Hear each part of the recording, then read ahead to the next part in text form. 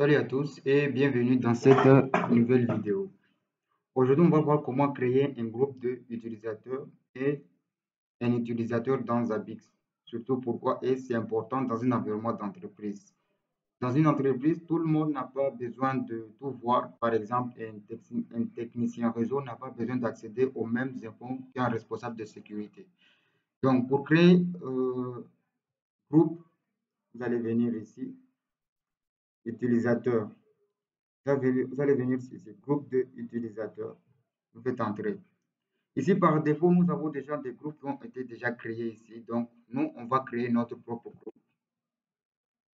Donc, ici, notre groupe, on l'appelle réseau.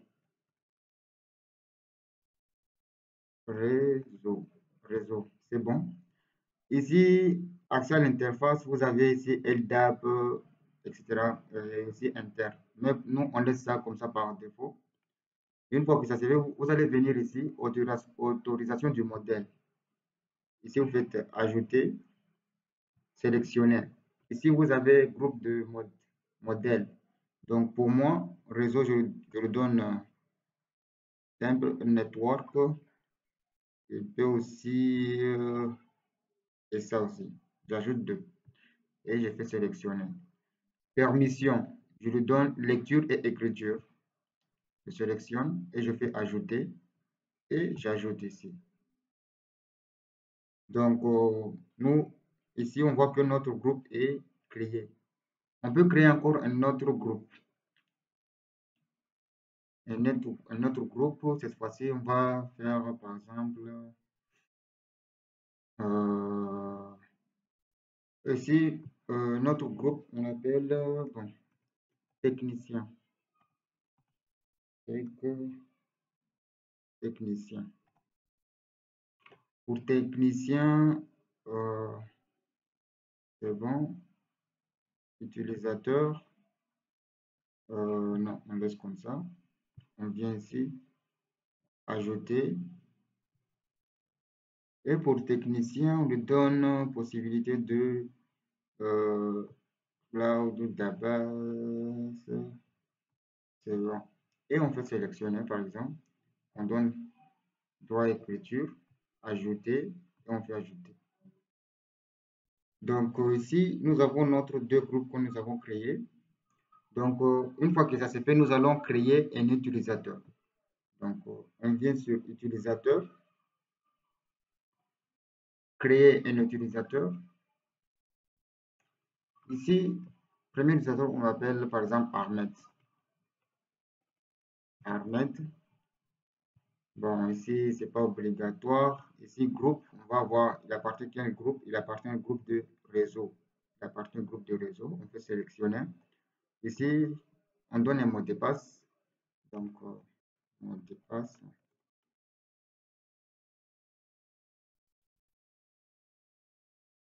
On définit un mot de passe ici.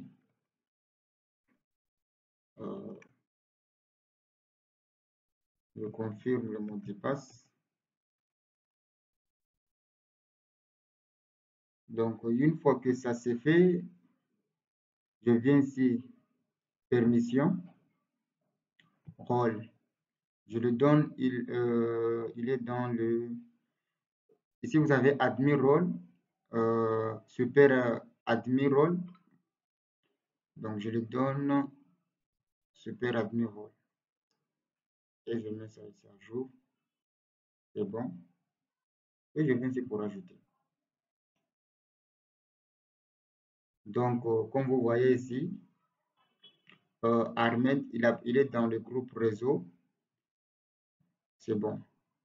Donc, ici, connecté, c'est non, il n'est pas encore connecté. Donc, on vient ici pour créer encore notre groupe. Un autre utilisateur, pardon, ici s'appelle Mich. Mich. Je viens ici pour sélectionner. Pour Mich, il est dans le groupe de techniciens. Technicien. On définit un mot de passe. On configure le mot de passe ici.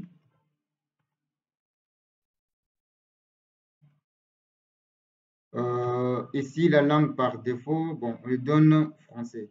on donne la langue française. Ici, c'est thème, bon, sombre, c'est bon. Permission, on vient ici pour sélectionner. Il est dans le groupe, c'est un juste, bon, on fait super admin. Super admin, on fait ajouter. C'est bon. Donc là, on a créé notre groupe et utilisateur. Donc, pour connecter, par exemple, on vient ici, on se déconnecte. On se déconnecte ici. Et je change ici, je mets Armet. Armet. Et le mot de passe. Et je fais entrer. Voilà. Enregistré. Donc, là, je suis connecté dans le groupe grâce à mon utilisateur. Donc, si j'ai le droit d'administration ici et tout. Donc, prochaine vidéo, nous allons voir comment on fait les alertes. Ici, nous allons voir comment créer les alertes, etc., etc. Donc, abonnez-vous. Merci.